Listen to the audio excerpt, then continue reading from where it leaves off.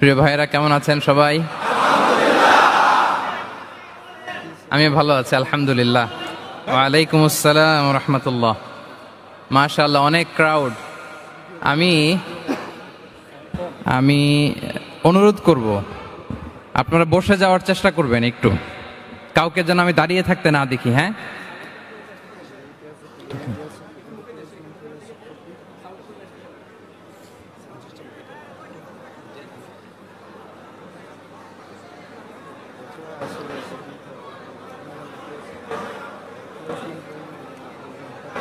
মেহেরবানি করে একটু বসবেন, কেউ দাঁড়িয়ে থাকবেন না। মেহেরবানি করে বসবেন, ওইখানে বসার জায়গা নাই না? বসবেন, একটু কষ্ট করে বসবেন আজকের জন্য। আজকে একটু স্যাক্রিফাইস করতে হবে, সবাই তো আর সামনে থেকে দেখার সুযোগ হয়তো পাবে না। আমি অনুরোধ করব, আমি যখন সবাইকে বসে যেতে দেখবো আমি শুরু করবো ইনশাআল্লাহ। ভলান্টিয়ার্সরা ছাড়া, অর্গানাইজাররা ছাড়া একটু বসবেন। যারা ভলান্টিয়ার আছেন তারা ছাড়া বাকিরা বসে যান। এইদিকে, এই যে এই দরজার এদিকে বসে যাবেন। সাউন্ড নাই না পিছনে? জি জি জি, ওনারা ঠিক করবে। পিছনে হয়তো সাউন্ড পাচ্ছে না, একটু এটা অপারেট করতেছে যিনি, একটু একটু বাড়াবেন।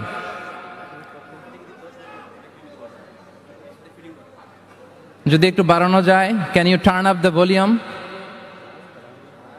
The person who is operating the sound system, please just turn up the volume just a little bit please. আর সবাই একটু করে চুপ করলে শুনতে পাবেন। একটু একটু সাইলেন্ট হতে হবে মেহেরবানি করে।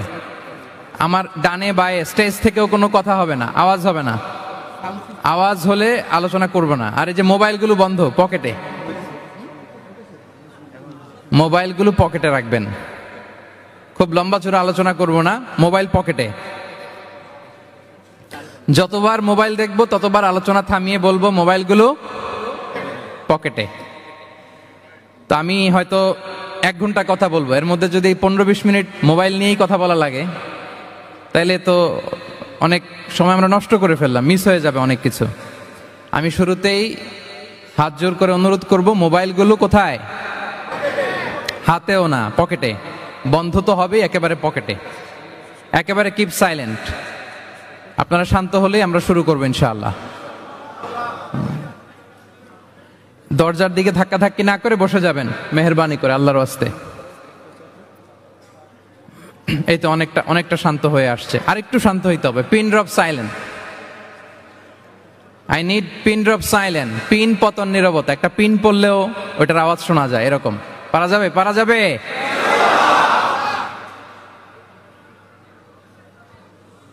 ওই যে পিছনে এখনো কথা বলতেছে, দয়া করে কথা বলবেন না। 10 থেকে উল্টো করে 1 গুনবো, এই 10 সেকেন্ডে একেবারে চুপ হয়ে যেতে হবে। 10, 9, 8, 7, 6, 5, 4, 3, 2, 1, 0। আসসালামু আলাইকুম ওয়া রাহমাতুল্লাহি ওয়া বারাকাতুহু। নাহমাদুহু ওয়া নুসাল্লি আলা রাসূলিহিল কারীম। আম্মা বা'দু ফাআউযু বিল্লাহি মিনাশ শাইতানির রাজীম। বিসমিল্লাহির রহমানির রহিম। ইন্নামাল মুমিনুনা ইখওয়া ফাআসলিহু বাইনা আখাওয়াইকুম ওয়াত্তাকুল্লাহা লাআল্লাকুম তুরহামুন। সাদাকাল্লাহুল আযীম। রব্বি ইশরাহ লি সাদরি ওয়া ইয়াসসির লি আমরি ওয়াহলুল উকদাতাম মিন লিসানি ইয়াফকাহু কওলি। তাফসীরুল কোরআন মাহফিল বাস্তবায়ন কমিটি দক্ষিণ কোরিয়ার আয়োজনে,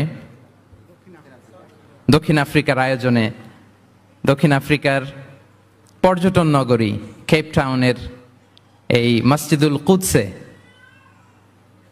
আজকের এই প্রোগ্রামে যারা উপস্থিত হয়েছেন তাদের সবাইকে জানাচ্ছি আন্তরিক শুভেচ্ছা এবং মোবারকবাদ। আহলান ওয়া সাহলান ওয়া মারহাবান বিকুম في هذا اللقاء الطيب المبارك আমরা শুরুতেই আল্লাহ রাব্বুল ইজ্জা ওয়াল জালালের দরবারে শুকরিয়া জ্ঞাপন করছি, যিনি আমাদেরকে এই পৃথিবীর বুকে জান্নাতের বাগান তথা আল্লাহর ঘর মসজিদে, এই মসজিদুল কুদসে এশার সালাতের পরে কিছু দিনী কথাবার্তা শুনবার জন্য একত্রিত হওয়ার সুযোগ করে দিয়েছেন।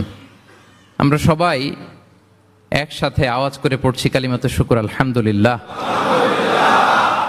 সবাই পড়ুন, রব্বানা লাকাল হামদ হামদান কাসীরান তাইয়িবান মুবারাকান ফীহি ইয়া রাব্বি লাকাল হামদু কামা ইয়ানবাগি লিজালালি ওয়াজহিকা ওয়া আযীমি সুলতানিকা লাকাল হামদু বিল ঈমান লাকাল হামদু বিল ইসলাম লাকাল হামদু বিল কুরআন।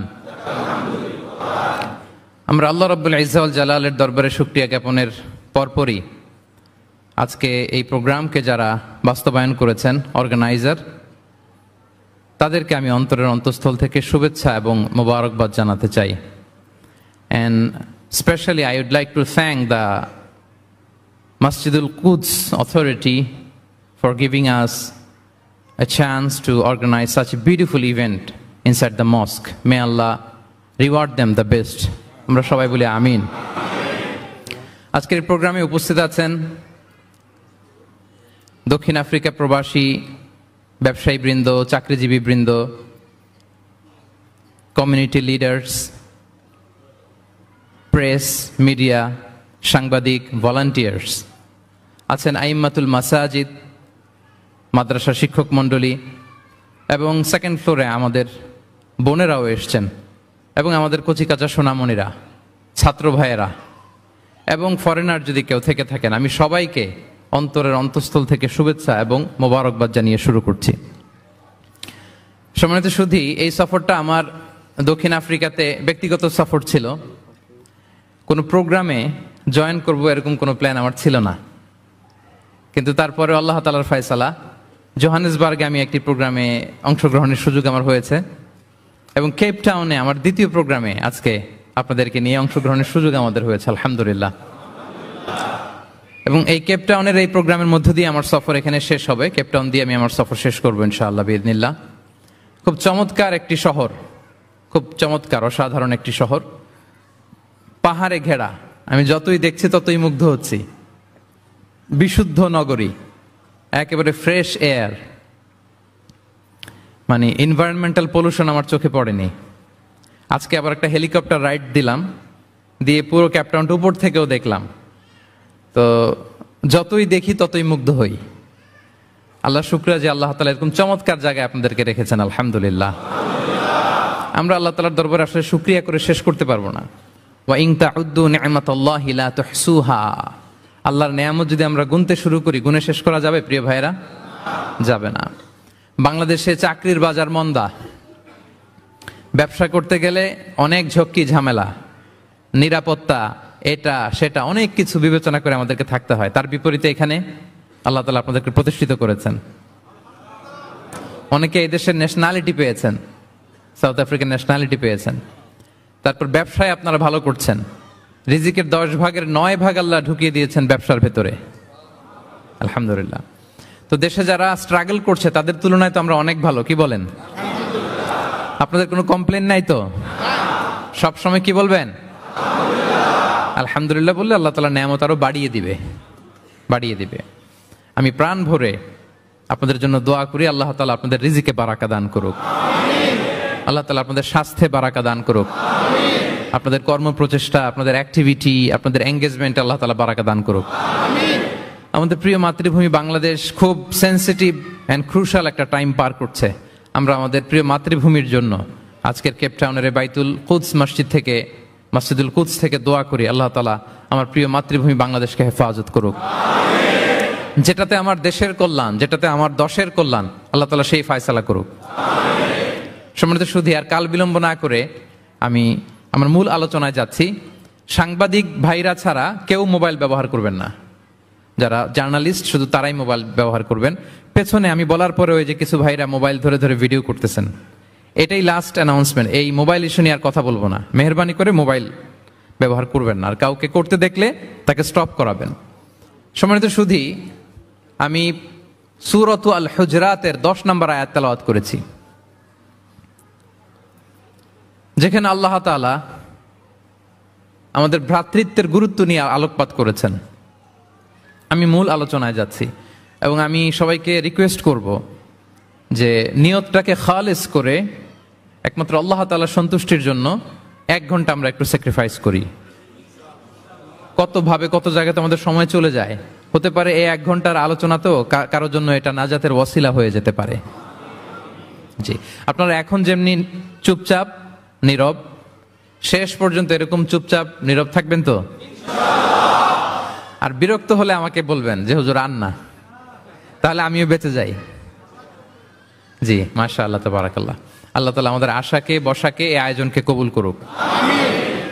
আমরা এখানে যেমনি একত্রিত হলাম, আমরা আল্লাহর জান্নাতেও যেন এমনি একত্রিত হতে পারি। আল্লাহ তৌফিক দান করুক। প্রিয় ভাইয়েরা, সূরাতুল হুজরাতের 10 নম্বর আয়াতে আল্লাহ তাআলা বলছেন, ইন্নামাল মুমিনুনা ইখওয়া। আল্লাহ বলেন বিশ্বাসীরা ভাই ভাই, মুমিনরা ভাই ভাই। আমরা মুমিনরা কি? ভাই ভাই। এটা ফিল হয়?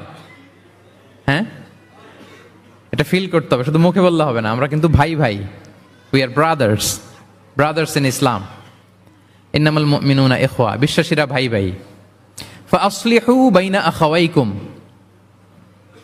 আর এই ভ্রাতৃত্বের মধ্যে যদি কখনো টানাপোড়েন হয়, বোঝাপড়ায় সমস্যা হয়, বিরোধ হয়, তাহলে মিলমিশ করে দিও তোমরা, সেটা আপোষে মীমাংসা করে দিও।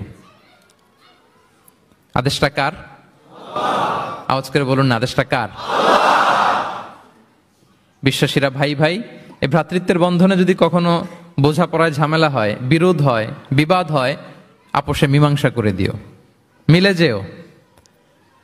আর ওয়াত্তাকুল্লাহ, আল্লাহকে ভয় করো। লাআল্লাকুম তুরহামুন, তাহলে তোমরা অনুগ্রহ প্রাপ্ত হবে।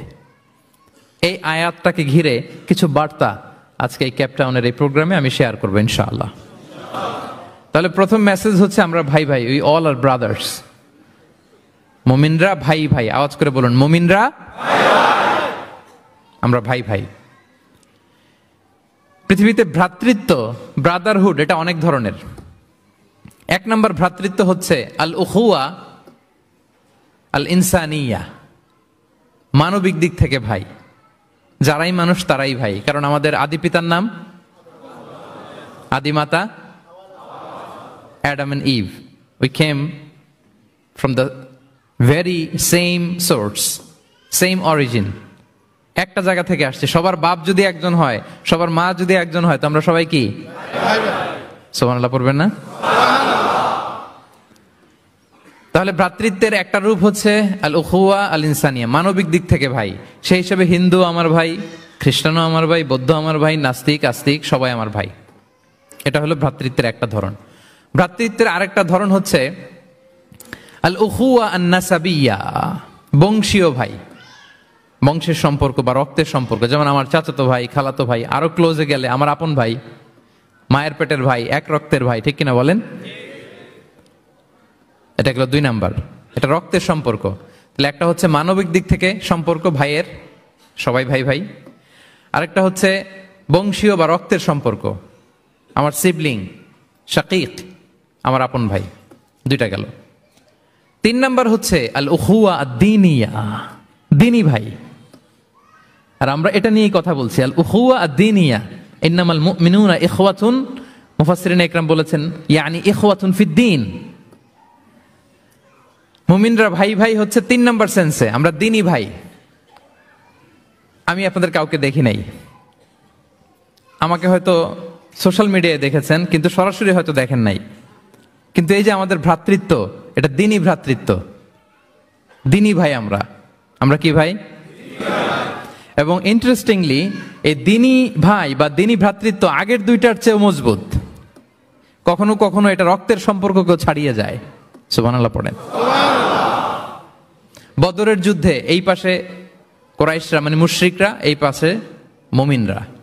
এমনও হয়েছে রাসূল সাল্লাল্লাহু আলাইহি ওয়াসাল্লামের পক্ষে মুমিনদের ওখানে এক ভাই আর আবু জাহেলের সাথে আরেক ভাই, দ্বন্দ্ব সংঘাত, এই ভাই ওই ভাইকে হত্যা করেছে দিনের কারণে। তার মানে দিনী ভ্রাতৃত্ব এটা এত মজবুত, এটা মাঝে মাঝে রক্তের সম্পর্ককেও ছাড়িয়ে ছাপিয়ে উপরে উঠে যায়। আল্লাহু আকবার। তাহলে আমাদের সম্পর্কটা হচ্ছে এরকম মজবুত সম্পর্ক। প্রিয় ভাইরা, আমরা সবাই দিনী ভাই। আওয়াজ করে বলুন, কি ভাই?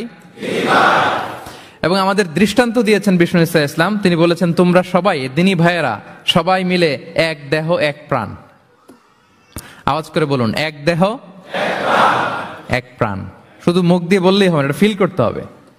আমরা সবাই এক দেহ এক প্রাণ।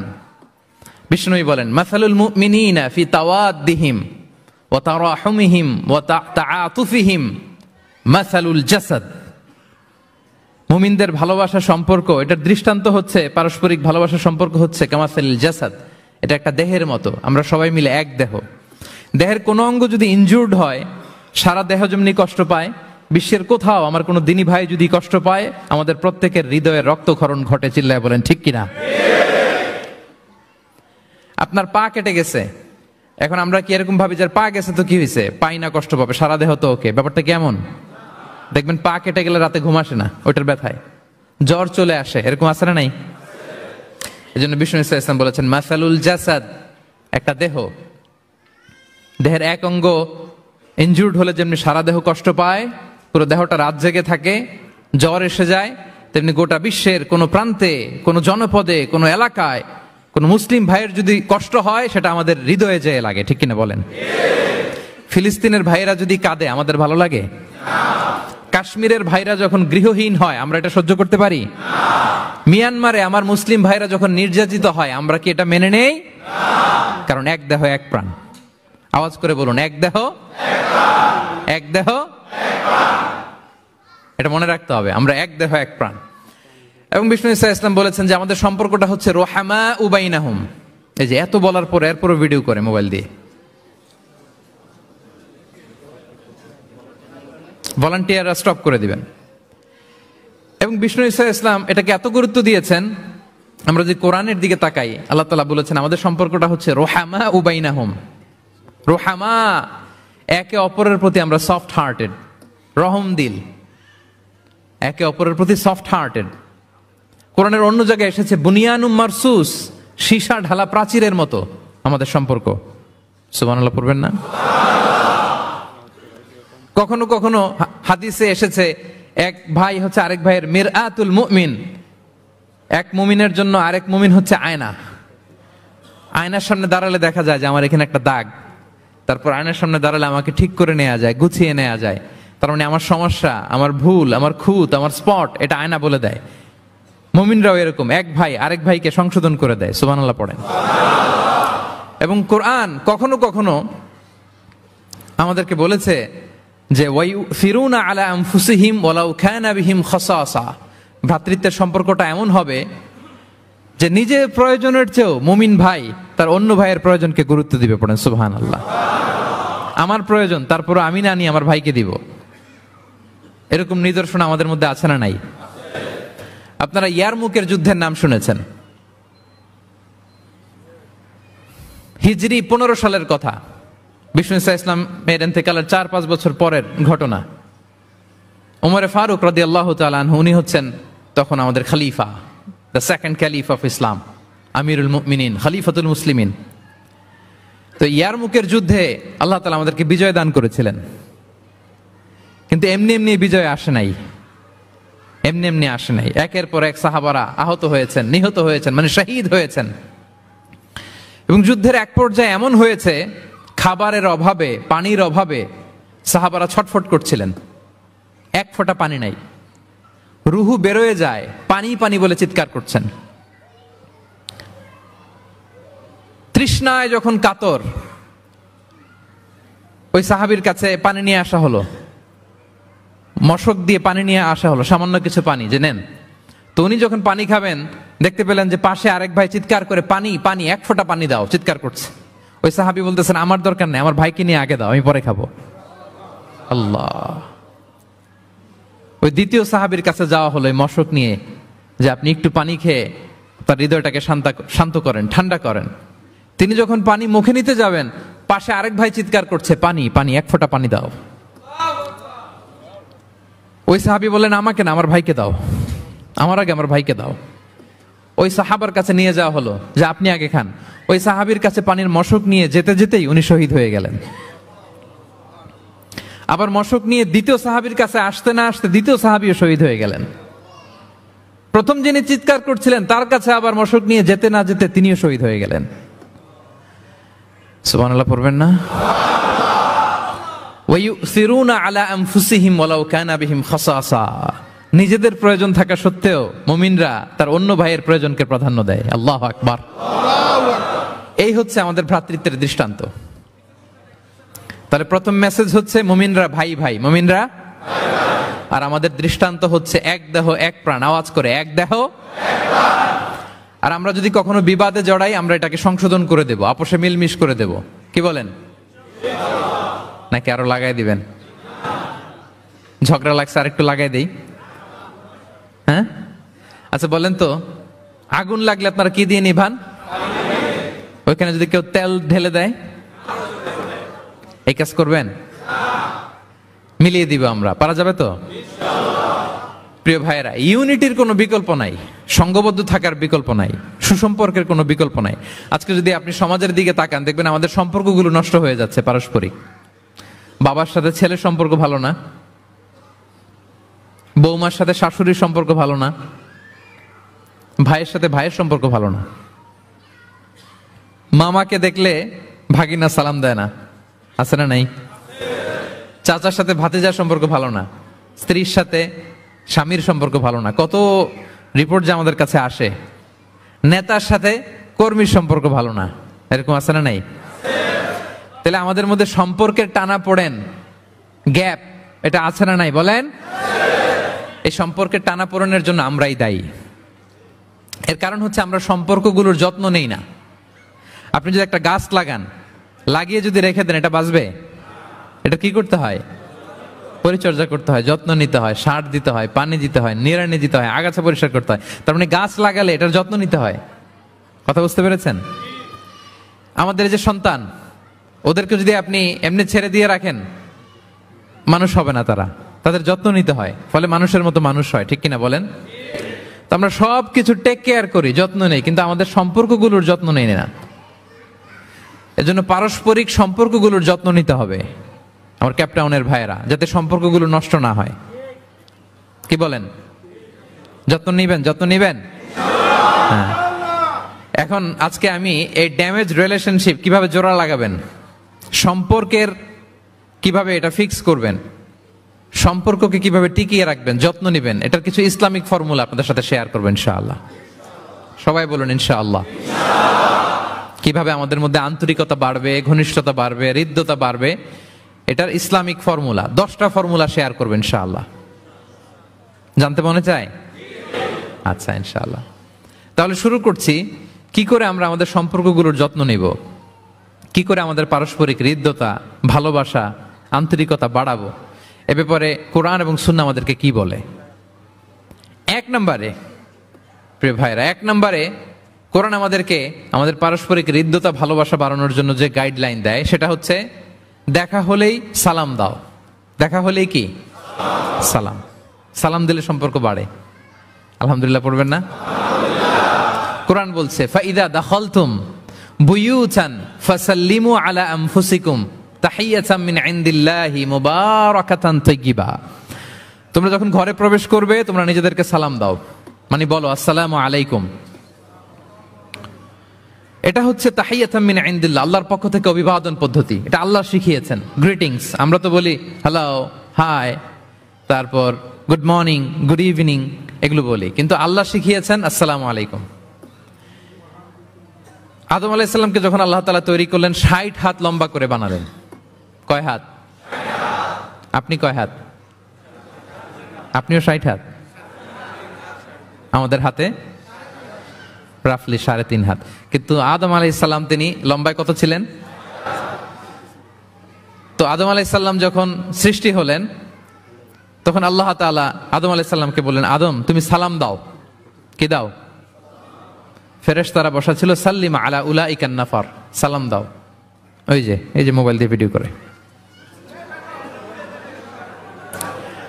আল্লাহ তাআলা আদম আলাইহিস সালামকে বললেন সালাম দাও। আওয়াজ করে বলুন, কি দাও? হে আদম তুমি বলো আসসালামু আলাইকুম। আদম আলাইহিস সালাম বললেন আসসালামু আলাইকুম। তো আল্লাহ বললেন এটা তোমার এবং তোমার পরবর্তী পৃথিবীতে যারা আসবে তোমাদের অভিবাদন পদ্ধতি, গ্রিটিং, স্যালুটেশনস দেয়ার সিস্টেম। কেন বললেন? কারণ শয়তান অহংকারের কারণে বিতাড়িত হয়েছে। আল্লাহ চান যে আদম আলাইহিস সালাম যেন বিতাড়িত না হন। বিষ্ণু বলেন আল বাদিউ বিস সালামি বারিউম মিনাল কিবর, যে আগে আগে সালাম দেয় তার হৃদয় থেকে অহংকার টেনে ছেড়ে ফেলে দেয় কে? আল্লাহ। আগে সালাম দিবেন, আপনার হৃদয় অহংকার মুক্ত হয়ে যাবে। তা আল্লাহ তাআলা চাইলেন ইবলিশ যেই ভুল করেছে আদম যেন সেটা না করে, আদমের হৃদয় যেন আগে থেকে অহংকার মুক্ত থাকে।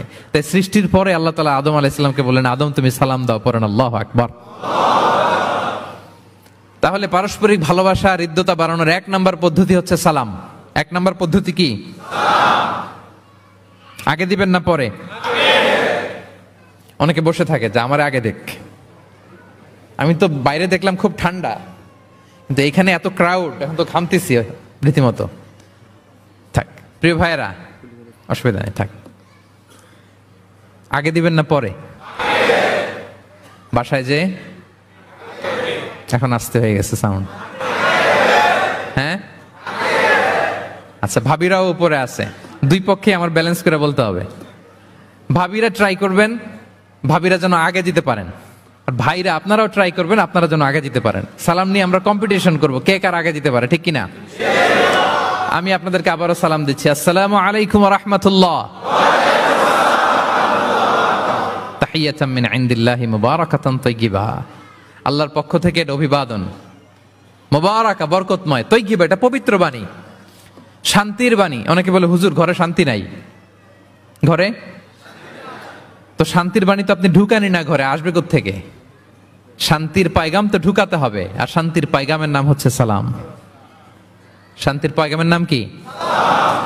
তাহলে ঘরে সালামের চর্চা, আপনি ভাবিকে দিবেন, ভাবি আপনাকে দিবে, আপনি বাচ্চাকে দিবেন, বাচ্চা আপনাকে দিবে।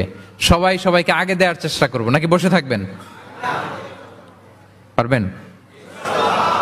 ঠিক আছে। তাহলে পারস্পরিক সম্প্রীতি, হৃদ্যতা, ভালোবাসা বাড়ানোর 1 নম্বর ফর্মুলা হচ্ছে সালাম। 1 নম্বর ফর্মুলা। আমি কিন্তু জিজ্ঞেস করবো আবার শেষে, এজন্য কান দুটো খরগোশের কানের মতো খাড়া করে আমার দিকে তাকিয়ে থাকুন। 1 to 1, brain to brain. Mobile নাই, ভিডিও নাই, ক্যামেরা নাই, শুধু চাতক পাখির মতো তাকিয়ে থাকেন, দেখবেন যে সিনা বা সিনা এলেম আসছে এভাবে, হৃদয় থেকে হৃদয়ে, নাকি মোবাইল থেকে মোবাইলে? এখন তো মোবাইল থেকে মোবাইলে এলম এসেছে, সিনা থেকে সিনা। 1 to 1, ব্রেন টু ব্রেন। তাহলে হৃদ্যতা, সম্পর্ক, ভালোবাসা এটা বাড়ানোর 1 নম্বর ইসলামী ফর্মুলা কি? এবং বিষ্ণু ইসলাম বলেছেন এই সালাম যদি দাও তাহলে তোমাদের পারস্পরিক ভালোবাসা বাড়বে। তিনি বললেন আওয়ালা আদুল্লুকুম আলা শাইইন ইযা ফাআলতুমুহু তাহাব্বাবতুম, হে সাহাবীরা আমি কি তোমাদেরকে একটা টিপস শিখাই দিব না যেটা করলে তোমাদের মধ্যে ভালোবাসা বাড়বে? সাহাবারা বললেন অবশ্যই শেখাবেন। বিষ্ণু ইসলাম বললেন আফশুস সালামা বাইনাকুম, যদি চাও নিজেদের ভালোবাসা বাড়ুক তো বেশি বেশি সালাম দাও। সরাসরি বিষ্ণু ইসলাম এটাই বলেছেন, নিজেদের মধ্যে ভালোবাসা বাড়াতে চাইলে কি দিবা? সালাম দিবা। তাহলে 1 নম্বর ফর্মুলা আমরা জেনে গেলাম, আমাদের হৃদ্যতা, ভালোবাসা এটা বাড়াতে চাইলে আমরা সালাম দিব। অনেক দিন ধরে কথা বলেন না, ভুল করছেন আপনি, সালাম দিবেন, আপনি শুরু করবেন। অনেকে বলে আমি করব কেন, ভুল তো সে করছে, দোষ তো ওর, আমি কথা কমু কেন? এরকম অভিমান আছে না? এই অভিমান আর গো ধরে বসে থাকবেন? আর আওয়াজ করে বলেন থাকবেন? বরং কি করবেন? তাহলে গেল ভালোবাসা, হৃদ্যতা, সম্পর্ক ভালো করার প্রথম পদ্ধতি হচ্ছে সালাম। আমরা সালাম দিব পরস্পরকে। গেল 2 নাম্বার টিপস বা ফর্মুলা হচ্ছে স্মাইলিং ফেসে থাকা, মানে মুচকি হাসির একটা ভাবে থাকা সব সময়। এটা সুন্নাহ। মুচকি হাসি, কি হাসি? প্রিয় ভাইরা খেয়াল রাখবেন, হাসি এটা কিন্তু ইতিবাচক ভাবে সংক্রামক, মানে এটা ছড়ায়। আমি হেসে হেসে কথা বললে শ্রোতাও একটু হাসি খুশি ভাব, আমি গোমরামুখ আপনারাও গোমরামুখ, এরকম হয় না? এবং দেখবেন যে সব সময় একটু স্মাইলিং ফেসে থাকে তাকে সবাই পছন্দ করে। কথা বলেন ঠিক কিনা? হাসি এটা পজিটিভলি সংক্রামিত হয়, ছড়ায়, অন্যকে প্রভাবিত করে এবং মানসিক স্বাস্থ্যের সাথে হাসির সম্পর্ক আছে। যারা গোমরা মুখ থাকে এরা অসুস্থ থাকে বেশি, আর যারা হাসি খুশি থাকে এরা সুস্থ থাকে বেশি। এজন্য হাসবেন তো, নাকি চেহারা গোমরা করে রাখবেন? এই দেখছেন সবার মধ্যে একটা হাসি হাসি ভাব চলে আসছে, আলহামদুলিল্লাহ বলেন। তাহলে পারস্পরিক সম্প্রীতি ভালোবাসা বাড়ানোর পদ্ধতি হচ্ছে কারোর সাথে কথা বললে, দেখা হলে আমরা একটা স্মাইলিং ফেসে থাকবো, মুচকি হাসি। হাসি 3 ধরনের আমার ক্যাপটাউনের ভাইরা। কয় ধরনের? একটা হচ্ছে কাহকাহা, অট্ট হাসি, এটা জায়েজ নাই। এই যে আমরা ছোটবেলায় আলিফ লালার মধ্যে এই আলিফ লালার দত্ত হা হা হা হা করে একটা হাসি দিত না? এই হা হা হা করে এই হাসি দেয়া যাবে না, নিষেধ। উদাহরণ দেওয়ার জন্য আমি বললাম আর কি। আচ্ছা, আরেকটা হচ্ছে আদ-দেহেক। আদ-দেহেক মানে স্বাভাবিক হাসি, একটু দাঁত দেখা যায়, এটা জায়েজ, এটা দেয়া যাবে।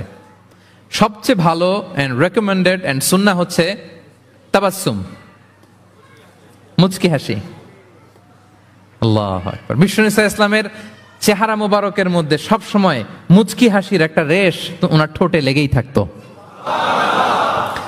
সাহাবী আব্দুল্লাহ ইবনে হারিস রাদিয়াল্লাহু তাআলা আনহু বর্ণনা করেন, তিনি বলেন, মা রাআইতু আহাদান আকসারা তাবাসসুমান মিন রাসূলিল্লাহি সাল্লাল্লাহু আলাইহি ওয়াসাল্লাম।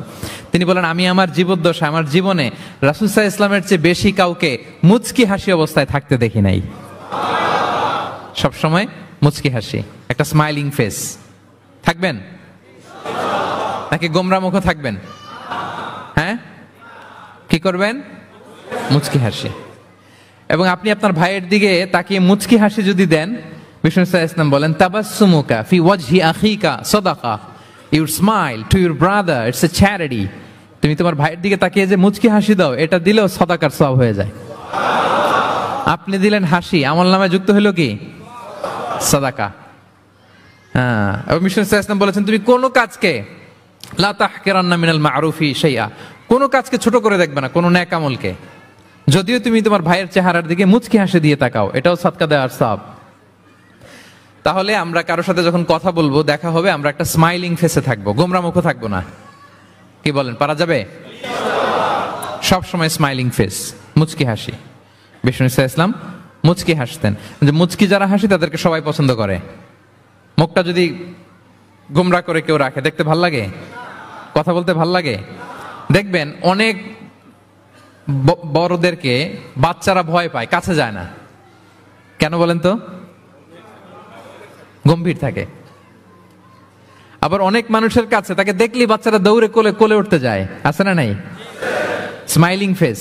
এই যে আমাদের শেখ মঈনুদ্দিন আজকে আমার সাথে একটা সফরে ছিল, দেখি যেই বাচ্চাকেই দেখে বলে, come on come on, give me hug, give me hug. তো এই মানুষকে বাচ্চারা ভালো না বেসে পারবে? সুবহানাল্লাহ, এরকম হইতে হবে। বিষ্ণু ইসলামকে বাচ্চারা দেখলে খুব খুশি হতো, কোলে বসতে চাইতো। এক বাচ্চা তো কোলে বসে পেশাবি করে দিছে, সুবহানাল্লাহ পড়বেন না? বিষ্ণু ইসলাম নাতনিদেরকে কোলে নিয়ে নফল নামাজ পড়তেন। উমামা বিনতে যায়েদ, উমামা বিনতে যায়নাব, বিষ্ণু ইসলামের কন্যা যায়নাবের মেয়ে, মানে বিষ্ণু ইসলামের নাতনি উমামাকে নিয়ে বিষ্ণু ইসলাম একবার নফল নামাজ করেছেন। কান্না করে, কান্না থামাই না, নানা ভাইয়ের কোলে থাকবে, তো উনি কোলে রেখেই আল্লাহু আকবার, রুকু দেওয়ার সময় পাশে রেখে রুকু, সেজদা, ওঠার সময় আবার কাঁদতেছে, তো আবার কোলে নিয়ে আবার কেরাত। সুবহানাল্লাহ। তো আমরা সবাই স্মাইলিং ফেসে থাকবো আজকে থেকে, ক্যাপটাউনের ভাইয়েরা। একসাথে আওয়াজ করে বলুন, ইনশাআল্লাহ। হৃদ্যতা, ভালোবাসা বাড়ানোর টিপস কয়টা বললাম? 1 নম্বরে সালাম, 2 নম্বরে মুচকি হাসি। দেখছেন সবাই মুচকি হাসি দিয়ে আছে। আচ্ছা, 3 নাম্বার হচ্ছে কাউকে ওয়েলকাম করা। কেউ যদি আপনার সাথে দেখা করতে আসে, তাকে ওয়েলকাম করা, আহলান ওয়া সাহলান বলা। হ্যাঁ, একজন আসছে আপনার বাড়িতে মেহমান, আপনি কথাই বলেন না, কথা নাই, সালাম নাই, কিছু নাই, যে চা দিতেছেন, ওনার ঠেকা পড়ছে, চা খাবে না, আর জায়গা নেই ওনার চা খাওয়ার দুনিয়াতে। না, এটা করবেন না। আপনি এগিয়ে যাবেন, সালাম দিবেন, মুসাফা করবেন, মুআনাকা করবেন, খোঁজ খবর নেবেন, ওয়েলকাম জানাবেন, লিটারালি ওয়েলকাম। এরকম যদি করেন, যদি ওয়েলকাম বলেন, তাকে আনার জন্য এগিয়ে যান, হি ফিল লাইক, মানে আপনি তাকে দেখে খুশি, you are very happy to see him and you love his presence here. সে আসছে, আপনি খুশি, তার অ্যাকম্পানিটা ভালো লাগতেছে, এটা সে ফিল করবে। এজন্য কেউ আসলে, আপনার ওয়ার্ক প্লেসে যদি আসে, আপনার বাসায় যদি আসে, আপনার সাথে দেখা করতে যদি আসে, আপনি এগিয়ে তাকে সালাম দিয়ে ওয়েলকাম করবেন। কি করবেন? পারা যাবে? বিষ্ণু ইসা ইসলাম লিটারালি এই ওয়েলকাম শব্দটা ব্যবহার করতেন, এজন্য আমি চুজ করেছি, পিক করেছি ওয়েলকাম। তিনি বলতেন মারহাবান। মারহাবান আরবিতে কি বলতেন? মারহাবান। আমরা যে বলি বাংলায় আহলান ওয়া সাহলান ওয়া মারহাবান, এই বিষ্ণু ইসা ইসলাম লিটারালি মারহাবান শব্দটা ব্যবহার করতেন। এগুলোকে কার্টিসি বলে। এগুলোকে কি বলে? Social manner, কার্টিসি। দেখেন বিষ্ণু ইসা ইসলাম আমাদেরকে কিভাবে কার্টিসি শেখায়, কিভাবে সোশ্যাল ম্যানার শেখায় আমাদেরকে। বিষ্ণু ইসা ইসলাম সরাসরি মারহাবান বলতেন, স্বাগতম জানাতেন, যাতে করে ওই লোকটা ভালো ফিল করে, সে বোঝে যে তাকে দেখে আপনি হ্যাপি। বলেন তো, রাসূল সাল্লাল্লাহু আলাইহি ওয়াসাল্লামের সময়কালে ইসলামের সবচেয়ে বড় শত্রু কে ছিল? আবু জাহেল। তার ছেলের নাম কি কেউ বলতে পারেন? ইকরামা। ইকরামা অনেক যুদ্ধে মুসলমানদের বিরুদ্ধে ছিল, মক্কা বিজয় পর্যন্ত ইসলাম ধর্ম গ্রহণ করে নাই, অনেক সাহাবাকে হত্যা করেছে। রাসূল সাল্লাল্লাহু আলাইহি ওয়াসাল্লাম যখন মক্কা বিজয় করলেন, সে ভাবলো এবার তো আমার খবর আছে। সে পালালো, পালাতে পালাতে ইয়ামান চলে গেছে। তখন এক মহিলা সাহাবী রাসূল সাল্লাল্লাহু আলাইহি ওয়াসাল্লামকে বললেন, ইয়া রাসূলুল্লাহ, আপনি যদি আমাকে অনুমতি দেন, আমি ইকরামাকে খুঁজে বের করব, আপনার কাছে নিয়ে আসবো। রাসূল সাল্লাল্লাহু আলাইহি ওয়াসাল্লাম বললেন, যাও, ইকরামাকে আমি আমান দিলাম, সিকিউরিটি দিলাম। এই মহিলা সাহাবী যে খুঁজে নিয়ে আসলো, ইকরামাকে কনভিন্স করলো। ইকরামা লজ্জিত হয়ে বিষ্ণু সাল্লাল্লাহু আলাইহি ওয়াসাল্লামের কাছে আসলো। কত বড় শত্রু! বিষ্ণু সাল্লাল্লাহু আলাইহি ওয়াসাল্লামের অনেক আত্মীয়কে হত্যা করেছে, সাহাবাদেরকে শহীদ করে দিয়েছে, আবু জাহেলের সন্তান। কিন্তু সে যখন লজ্জিত হয়ে উঠে চড়ে বিষ্ণু সাল্লাল্লাহু আলাইহি ওয়াসাল্লামের কাছে আসলো, বিষ্ণু সাল্লাল্লাহু আলাইহি ওয়াসাল্লাম তাকে দেখে প্রথম যে কথাটা বললেন সেটা হচ্ছে মারহাবান বির-রাকিবিল মুহাজির। মারহাবান বির-রাকিবিল মুহাজির মানে welcome to the riding migrant. সুবহানাল্লাহ। মানে হে ঘোর সাওয়ার মাইগ্রেন্ট, হিজরতকারী ইকরামা, তোমাকে ইসলামে সুস্বাগতম। লিটারালি এই শব্দটা ব্যবহার করেছেন, মারহাবান। তাহলে বলেন তো, সে আশ্বস্ত হয়েছে না? শত্রু যদি আমান দেয়, এই দেশে ওই দেশ যুদ্ধ, ওই দেশ যদি বলে তোমার আমি মারবো না, আসো আমার এলাকায়, আমি যদি ঢুকি, আমার একটা ভয় থাকবে না? বিদ্রোহ তো করতে পারে, কি বলেন? বিষ্ণু ইসলাম দেখা মাত্রই বললেন মারহাবান বির-রাকিবিল মুহাজির, welcome to the riding migrant. সুবহানাল্লাহ। ওইখানে দাঁড়িয়ে ইকরামা পড়ল আশহাদু আল্লা ইলাহা ইল্লাল্লাহ ওয়া আশহাদু আন্না মুহাম্মাদুর রাসূলুল্লাহ। শাহাদা পড়ে মুসলমান হয়ে গেল। তাহলে কারোর সাথে দেখা হলে তাকে ওয়েলকাম করতে হবে। আপনার মনে হতে পারে বিশেষ কারণে তাকে মারহাবান বলছে, এমনি হয়তো বিষ্ণু ইসলাম বলতো না ঘরে বাইরে, না, ইভেন ঘরে কাছের মানুষদেরকেও তিনি মারহাবা বলতেন। ইভেন ওনার মেয়ে ফাতেমা রাদিয়াল্লাহু তাআলা আনহা, নিজের মেয়ে, এর মারহাবা বলা দরকার আছে? এই ফাতেমা আসলে বলতো মারহাবা। সুবহানাল্লাহ নাই? আম্মা জান আয়েশা রাদিয়াল্লাহু তাআলা আনহা বর্ণনা করেন যে একবার আমাদের বাসায় ফাতেমা আসলো, নবীর মেয়ে। আর ফাতেমার হাঁটাটা ছিল নবীর হাঁটার মতো। আমি হাদিস বলে আবার বাংলা বেশি বললে সময় লেগে যাবে। ফাতেমার হাঁটা ছিল নবীর হাঁটার মতো। ফাতেমা যখন আসলো, ফাতেমাকে দেখেই বিষ্ণু ইসলাম বললেন মারহাবান বিবনাতি, মারহাবান বিবনাতি, ওয়েলকাম টু মাই ডটার। হে আমার কন্যা ফাতেমা, তোমাকে ওয়েলকাম। আপনি আপনার মেয়েকে দেখে বলছেন কখনো? আপনার ছেলেকে বলেন, আপনার ওয়াইফকে বলেন মারহাবান, ওয়েলকাম, স্বাগতম?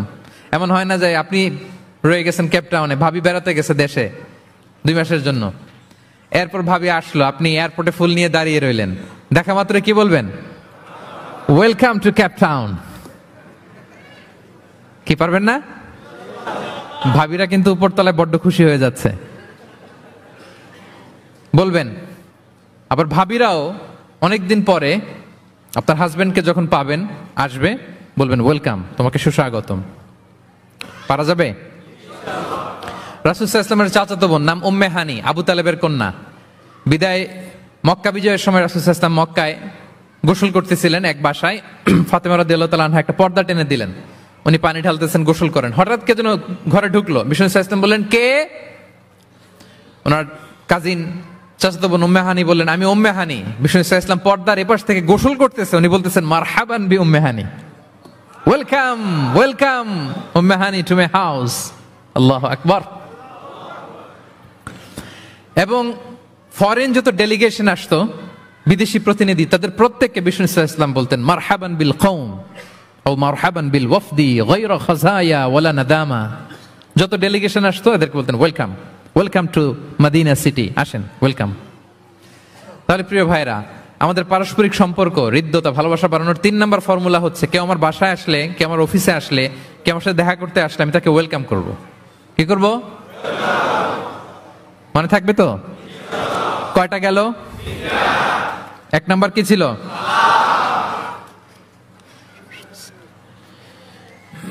2 নাম্বার, 3 নাম্বার ওয়েলকাম। আচ্ছা, আপনাদের কষ্ট হচ্ছে? 4 নাম্বার হচ্ছে ভালোবাসা হৃদ্যতা বাড়ানোর 4 নাম্বার পদ্ধতি হচ্ছে, কারো কোনো ভালো গুণ দেখলে ওটা অ্যাপ্রিসিয়েট করা। যদি আমার বিপক্ষ দলের কেউ ভালো কিছু করে, আমরা ওইটাও বলতে চাই না, এরকম আছে না নাই? কারণ আমার দল করে না, তো বলতে চায় না, তাই না? কেন বলে না? আমার দল করে না। এদেরকে বলে দলান্ধ। ভালো একটা কাজ করছে, আমার মতের না, মতান্ধ, এটা অ্যাপ্রিসিয়েট করে না। এটা ভুল, এটা আপনি সুন্নাহ ব্রেক করছেন।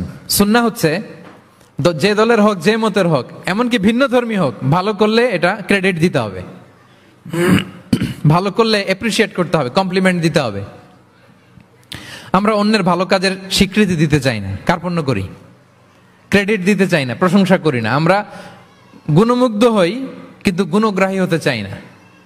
কারো একটা ভালো গুণ দেখে আমি ভিতরে ভিতরেও এত সুন্দর, কিন্তু বলি না, প্রকাশ করি না, এটা ঠিক না।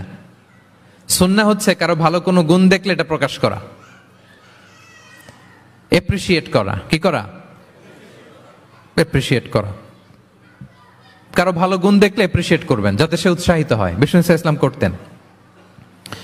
বিষ্ণু সাল্লাল্লাহু আলাইহি ওয়াসাল্লাম একবার এক হাদিসে 7 জন সাহাবীর 7টা গুণের কথা বলেছেন, মানে তাদেরকে এপ্রিসিয়েট করেছেন।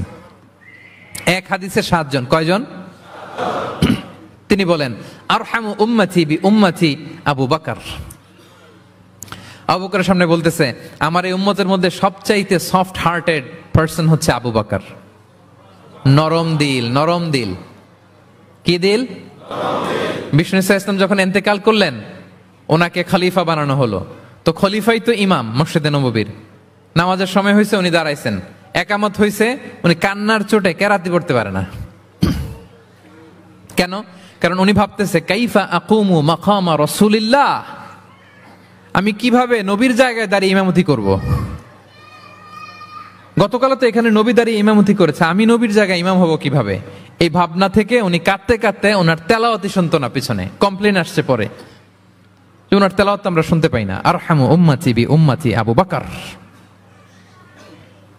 এরপর বিষ্ণু বললেন, ওয়া আশাদ্দুহুম ফি আমরিল্লাহি উমর, আর আল্লাহর দিন বাস্তবায়নে সবচাইতে কঠোর হচ্ছে ওমরে ফারুক।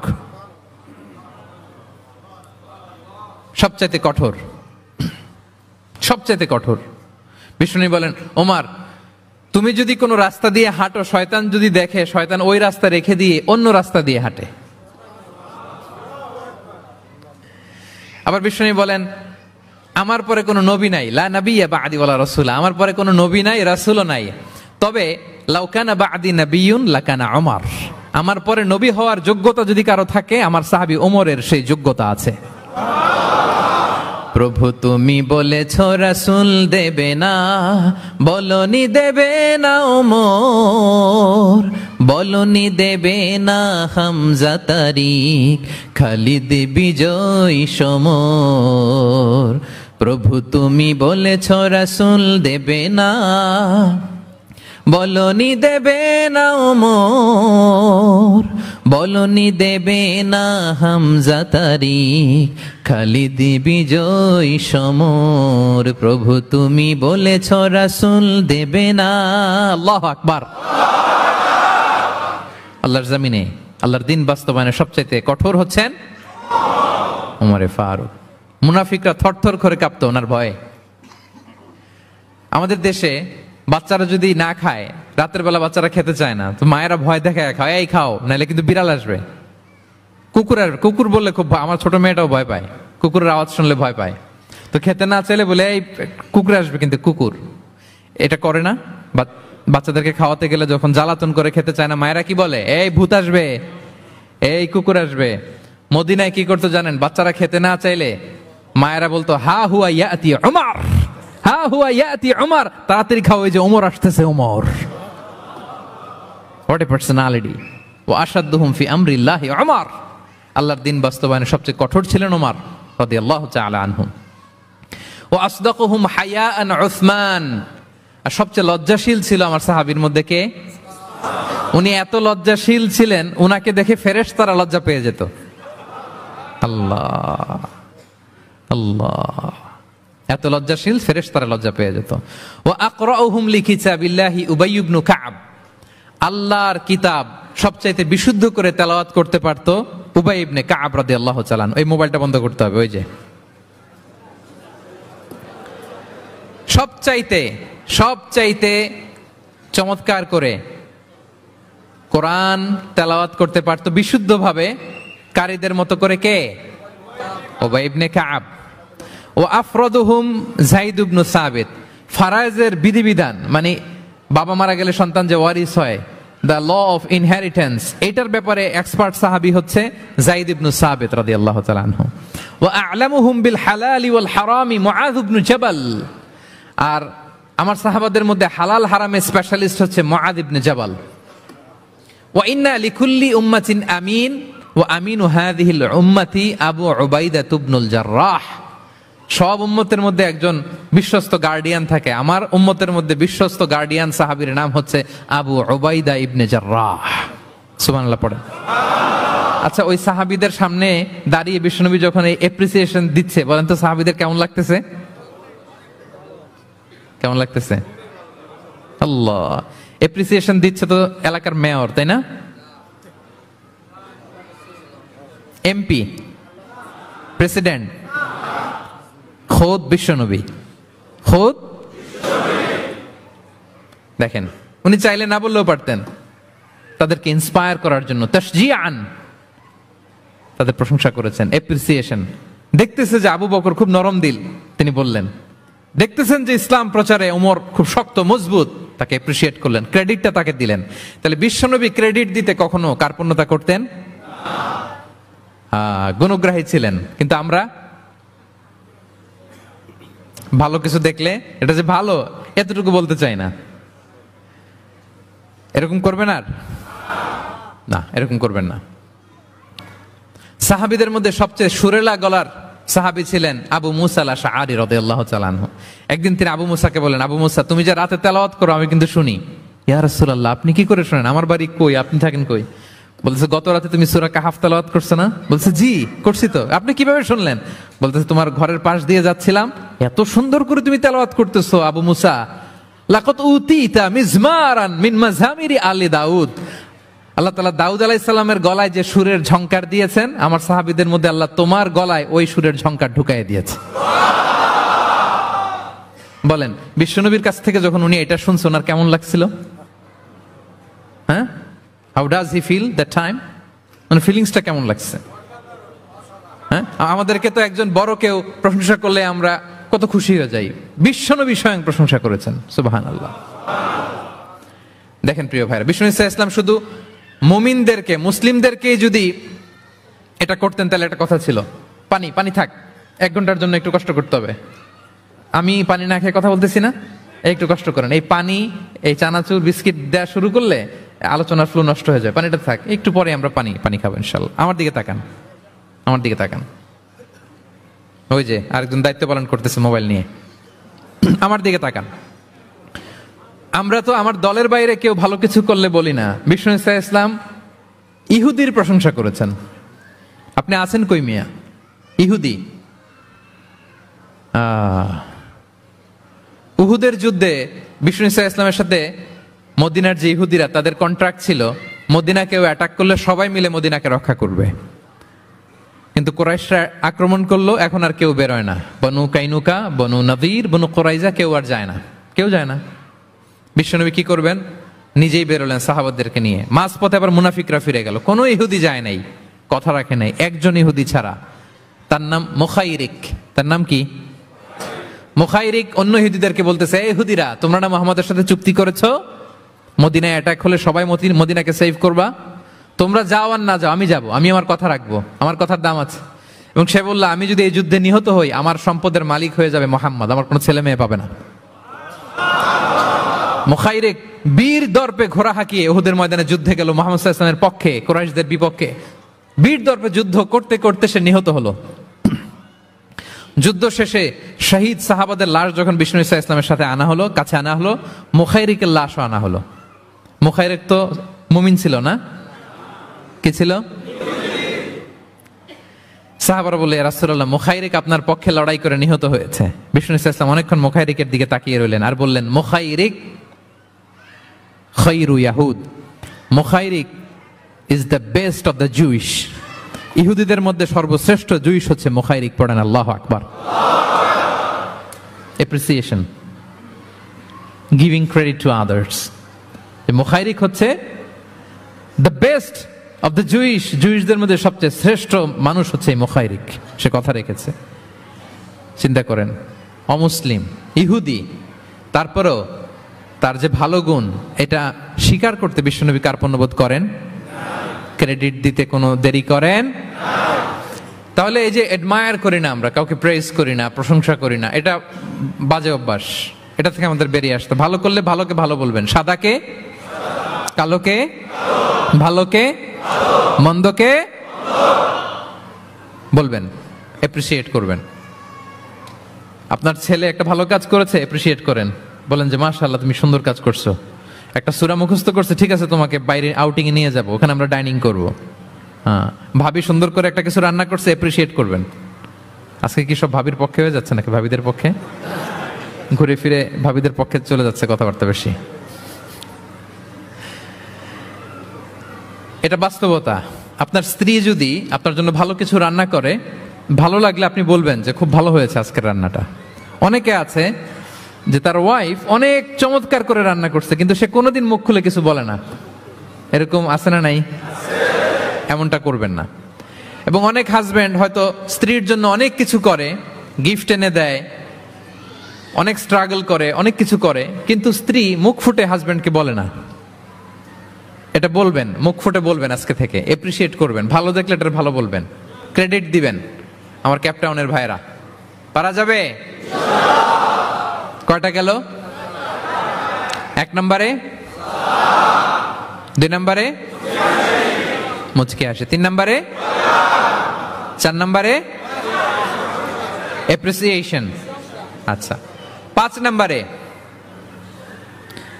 নাম্বার হচ্ছে কল্যাণ কামনা করা, অন্যের ওয়েল উইশিং, অন্যের কল্যাণ কামনা করা সব সময়, থাকলেও, সামনে থাকলেও, না থাকলেও কল্যাণ কামনা করা।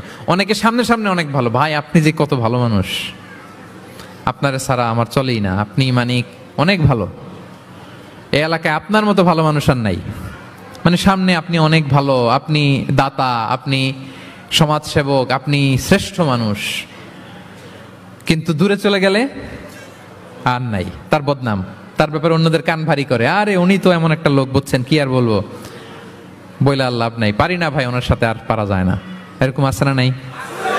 তার মানে সামনে সামনে খুব আপনি ভালো ভালো বললেন, কিন্তু সে যখন অনুপস্থিত তখন না। এটা তো শুভকামনা হয় না, এটা হয়েছে মুমিনদের শুভকামনা উপস্থিত অবস্থাতেও, অনুপস্থিত অবস্থাতেও। আলহামদুলিল্লাহ বলেন। এজন্য বিষ্ণু বলেন, দ্বীন ও আন-নাসিহা, দিন হচ্ছে আন-নাসিহা মানে কল্যাণ কামিতা।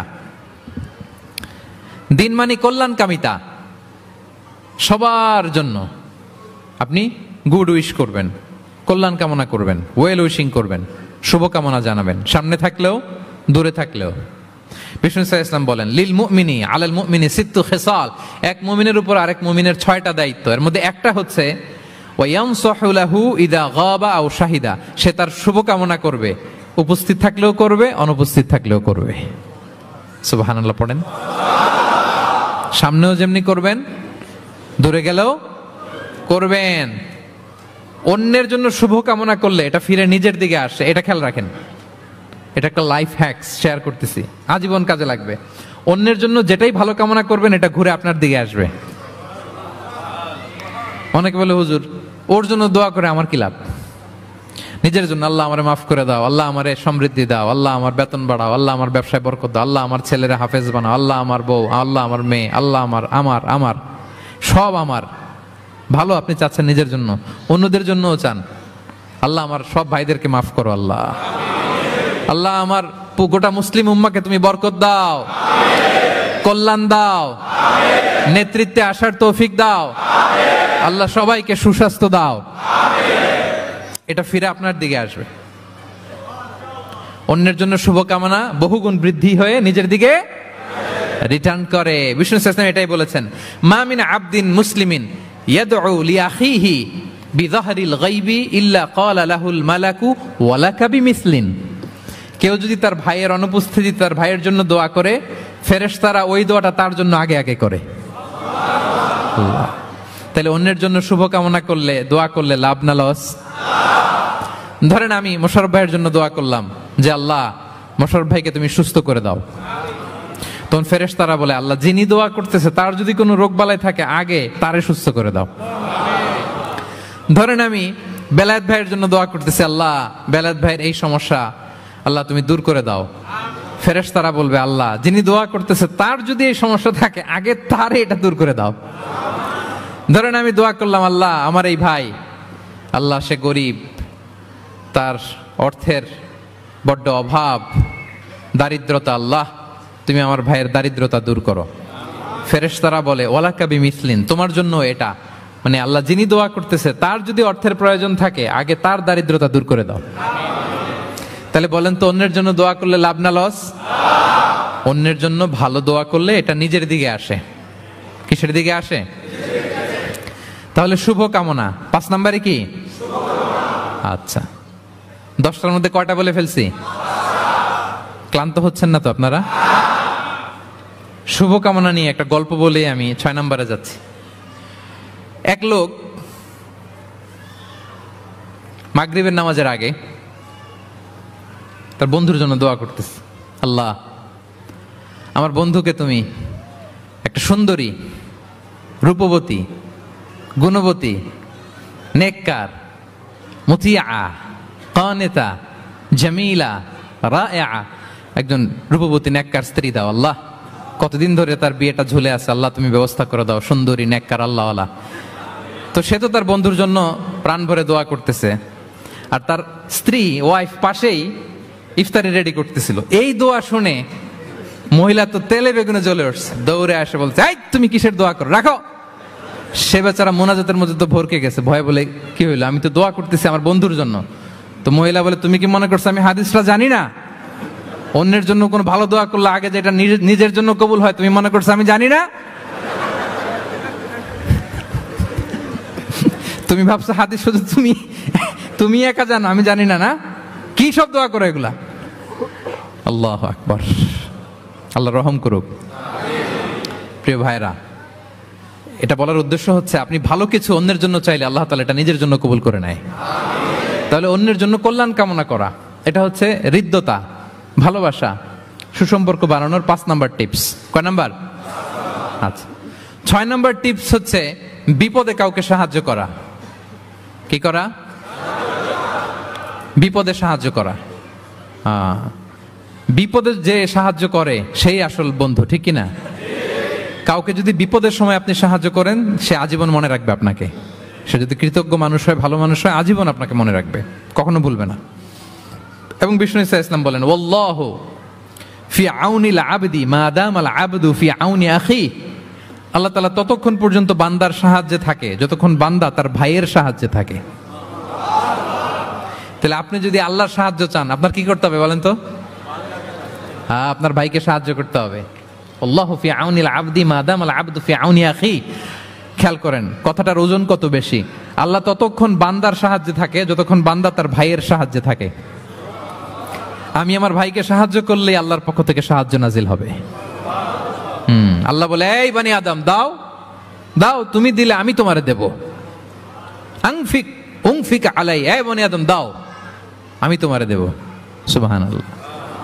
আমরা অন্যরে দিতে চাই না, কিন্তু ওনার কাছ থেকে চাই। তাহলে আল্লাহর সাহায্য পাওয়ার প্রথম শর্ত হচ্ছে মানুষকে সাহায্য করা। কি বলেন?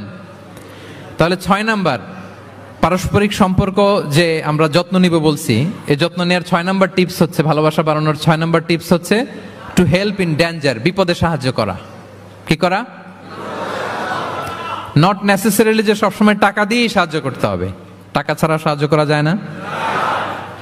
সে জানে না কি করতে হবে, বললেন, পরামর্শ দিলেন, টাকা লাগলে কখনো টাকা দিলেন। নতুন আসছে কেপ টাউনে, কিছু জানে না, ব্যবসা বাণিজ্য কোথায় কি, একটু বুদ্ধি পরামর্শ দিলেন। এটাও কিন্তু সাহায্য। যার যেভাবে সাহায্যের প্রয়োজন, যদি আপনি আপনার ভাইয়ের সাহায্যে থাকেন, আসমান থেকে আল্লাহর সাহায্য পাবেন। বিষ্ণু ইসলাম নবী হওয়ার আগে ওনার 5টা স্পেশাল কোয়ালিটি ছিল। কয়টা? এর মধ্যে 2টা এই পয়েন্টের সাথে যায়। সেটা হচ্ছে, আর এটা বলছে ওনার খোদ স্ত্রী, প্রথম স্ত্রী, বিশ্বনবীর প্রথম স্ত্রীর নাম খাদিজাতুল কুবরা তাহেরা রাদিয়াল্লাহু তাআলা আনহা। কারো ব্যাপারে যদি সঠিক তথ্য জানতে চান, তার ওয়াইফকে নক করবেন, মানে তার স্ত্রীর কাছ থেকে রিপোর্ট নেবেন, আসলটা পেয়ে যাবেন।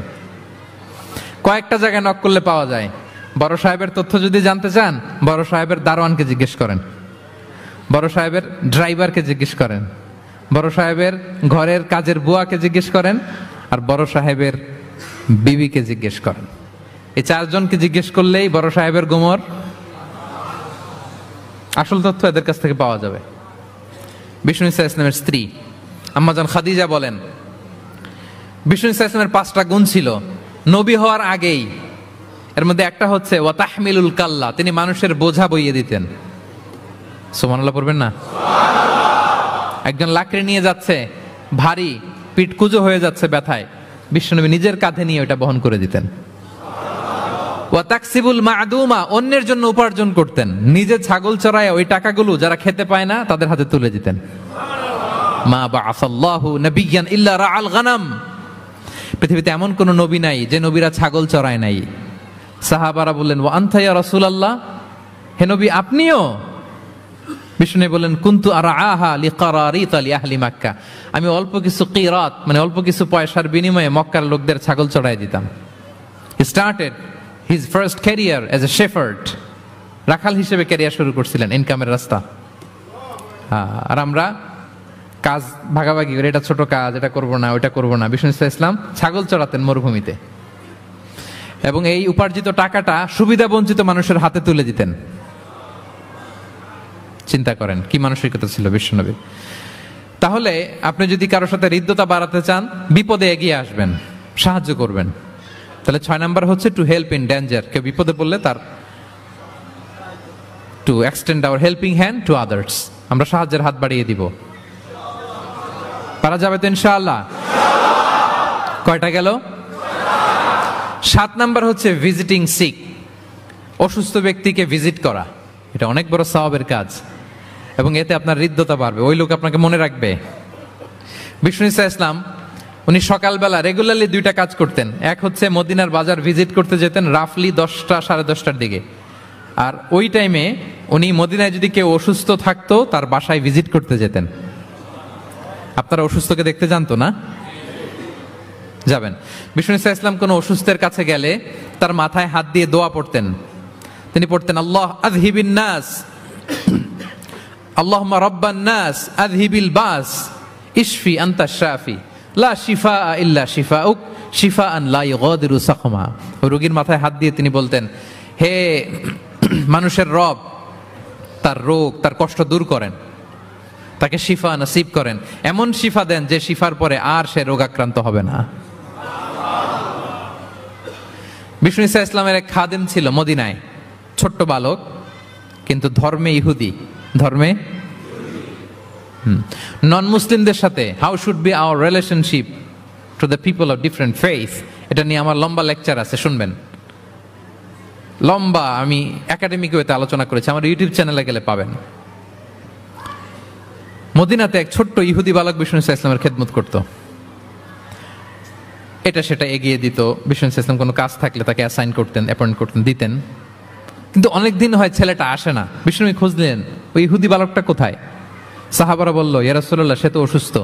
সে কি? সে তো অসুস্থ। সহিহ বুখারীর বর্ণনা। শুনেই বিষ্ণু ইসলাম তার বাড়িতে গেলেন। কার বাড়িতে? ইহুদির বাড়ি। আমরা মনে করছি শুধু মুসলিম অসুস্থ হইলেই বোধহয় দেখতে যাইতে হবে, এরকম আমরা ধারণা করে নিছি। না, অসুস্থ হলে সেবা শুশ্রূষা করা, দেখতে যাওয়া, এটা মুসলিম অমুসলিমের সাথে সম্পর্ক না। যে কোনো ধর্মের, যে কোনো বর্ণের, যে কোনো চিন্তার অসুস্থ হইলেই আপনার নেইবার, এদিকে খ্রিস্টান যাবেন, এদিকে জুইশ যাবেন। ভিজিটিং সিক ফর অল, সবার জন্য এটা। বিষ্ণু ইসলাম গেলেন, যে তার পাশে, মাথার পাশে বসলেন। বসে তিনি বললেন, ইয়া গোলাম আসলিম, হে বালক, তুমি ইসলাম ধর্ম গ্রহণ করো। এতদিন খেদমত করছে, বলে নাই। অনেকদিন খেদমত করছে, একদিনও বলে নাই। একদিনও, আজকে বলতেছে। দেখেন, বিষ্ণু ইসলাম প্রপার টাইমিং এর অপেক্ষা করতেন সবকিছুর। আমরা অনেক সময় টাইমিং বুঝি না, কখন কি বলতে হয়, কখন কি করতে হয়, কতটুকু বলতে হয়, কোথায় যে থামতে হয়, এই কমন সেন্সটা অনেকের নাই। হ্যাঁ, আমি তো হিন্দুদেরকে পাইলে ইসলামের কথা বলিই না, আমি যে তুমি শাহাদা পড়ো, এটা কখনো বলি না। আমি ইসলামের বিউটি শুধু তুলে ধরি, যে এটা এমন, এটা এমন, কিন্তু তুমি শাহাদা পড়ো এটা বলি নাই। কত লোক যে আমার কাছে আসছে শাহাদা পড়ার জন্য, হিসাব নাই, হিসাব নাই। এখন তো পাবলিকলি করি না কিছু ইস্যুর কারণে, কারণ প্রপার টাইমিং লাগবে। এতদিন খেদমত করলো বিশ্বনবী, একদিনও তাকে শাহাদা পড়তে বলে নাই, আজকে বলতেছে। Proper timing. যখন বিশ্বনবী বললেন, ইয়া গোলাম আসলিম, ইসলাম ধর্ম গ্রহণ করো, ছোট্ট বাচ্চা ফানাযারা ইলা ওয়াজহি আবি, তার বাবার দিকে তাকালো, মানে বুঝাতে চাইলো যে বাবা আমি কি করব। তখন বাবা বলল, আতিয়া আবুল কাসিম। বিশ্বনবীর উপাধি ছিল আবুল কাসেম, বড় ছেলের নাম কাসেম, তো ছোটবেলায় মারা গেছে। বাবা বলল, আবুল কাসেম যা বলে তাই শোনো। কারণ এতদিনে ছেলের কাছ থেকে রিপোর্ট নিয়ে বুঝে গেছে তো এটা কে। এটা যে রাহমাতাল লিল আলামিন, এটা যে বিশ্বনবী, এটা যে দ্য লাস্ট মেসেঞ্জার, এটা বাবা মিলাই ফেলছে। বাবা বলে, আতিয়া আবুল কাসেম, আবুল কাসেমের অনুসরণ করো। বিষ্ণু বললেন, পড়ো আশহাদু আল্লা ইলাহা ইল্লাল্লাহ ওয়া আশহাদু আন্না মুহাম্মাদান আবদুহু ওয়া রাসূলুহু। ছোট্ট বাচ্চাটা পড়তে আরম্ভ করলো, আশহাদু আল্লা ইলাহা ইল্লাল্লাহ ওয়া আশহাদু আন্না মুহাম্মাদান আবদুহু ওয়া রাসূলুহু। মৃত্যুর আগে সে শাহাদা পড়ে ফেললো। বিষ্ণু বললেন, আলহামদুলিল্লাহ, আলহামদুলিল্লাহিল্লাযী আনকাযাহু মিনান নার। প্রশংসা সে আল্লাহর, যে একটু আগে জাহান্নামী হওয়ার কথা ছিল যার, তাকে মুহূর্তের মধ্যে জান্নাতি বানায় দিলেন। ভিজিটিং সিক্স, অসুস্থকে দেখতে যাওয়া। শুধু মুসলমান হলে দেখতে যাবেন নাকি? যে কোনো ধর্মের, যে কোনো ধর্মের দেখতে যাবেন, হৃদ্যতা বাড়বে। একদিন বিষ্ণু সাহাবাদেরকে বললেন, আজকে রোজা রেখেছো কে? নফল রোজা? আবু বকর রাদিয়াল্লাহু তাআলা আনহু হাত তুলে বললেন, আমি। বিষ্ণু আবার জিজ্ঞেস করলেন, আজকে কোন মিসকিনকে খাবার খাইয়েছো কে? আবু বকর রাদিয়াল্লাহু বললেন, আমি। বিষ্ণু আবার বললেন, আজকে কোন জানাজায় শরীক হয়েছে এমন কেউ আছে? আবু বকর বললেন, আমি। বিষ্ণু বললেন, আজকে কোনো অসুস্থকে ভিজিট করে আসছো এরকম কি কেউ আছে? আবু বকর বললেন, আমি। বিষ্ণু বললেন, মাজতামা'না ফি ইমরিইন ইল্লা দাখালাল জান্নাহ। এতগুলো গুণ যদি একটা ব্যক্তির মধ্যে থাকে, ওই ব্যক্তি তো জান্নাতি না হয়ে পারে না। ভিজিটিং সিক, অসুস্থকে দেখতে যাওয়া, যদি এটা করেন তাহলে আপনাদের পারস্পরিক হৃদ্যতা, ভালোবাসা বাড়বে। এবং এটা জাতি, ধর্ম, বর্ণ নির্বিশেষে যে কোনো লোক অসুস্থ হলে আমরা ভিজিট করতে পারি। যাবেন, কিছু গিফট নিয়ে যাবেন, কমলা নিয়ে যাবেন। সাউথ আফ্রিকাতে তো দেখি আমি একেবারে ফ্রেশ ফ্রুটস, সুবহানাল্লাহ। আমি যেখানেই গেছি কোনো ফরমালিন নাই, তাজা, টাটকা, ফ্রেশ, এত সুন্দর স্মেল, এত সুন্দর টেস্ট এটার, আলহামদুলিল্লাহ। বস্তা ভরে ফল নিয়ে দেখতে যাবেন, পারা যাবে তো? 7 নম্বরে কি ছিল ভুলে গেছি।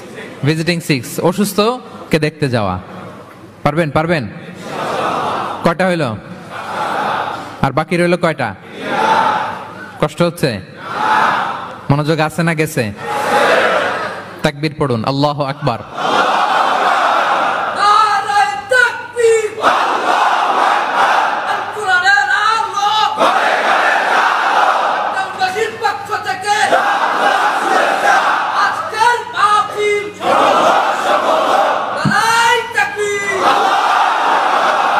মাশাআল্লাহ, তাবারাকাল্লাহ। কয়টা বললাম? 8 নাম্বার হচ্ছে এক্সচেঞ্জিং গিফট, উপহার দেয়া, গিফট দেওয়া। কি দেওয়া? নট নেসেসারি যে দামি কিছু দিতে হবে, নট নেসেসারি দামে দিতে হবে। ছোট্ট জিনিস দেন, একটা কলম দেন। কি দিবেন? কলম দেন। একটা ছোট বই দেন, একটা মেসওয়াক দেন, একটা টুপি দেন, আপনার সাধ্যে যা কুলায় দেন, গিফট করেন। আমি ইফতারি করতে বসলেও আমার ডানে বায়ে যারা থাকে এখান থেকে আমি দেই, কারণ একজন রোজাদারকে এক ঢুক পানি খাইয়ে ইফতারি করলেও সে সারাদিন রোজা রেখে যেই সওয়াব, তার সওয়াব না কমিয়ে ওই পরিমাণ সওয়াব আল্লাহ যিনি খাওয়ালো তার আমলনামায় দিয়ে দেয়।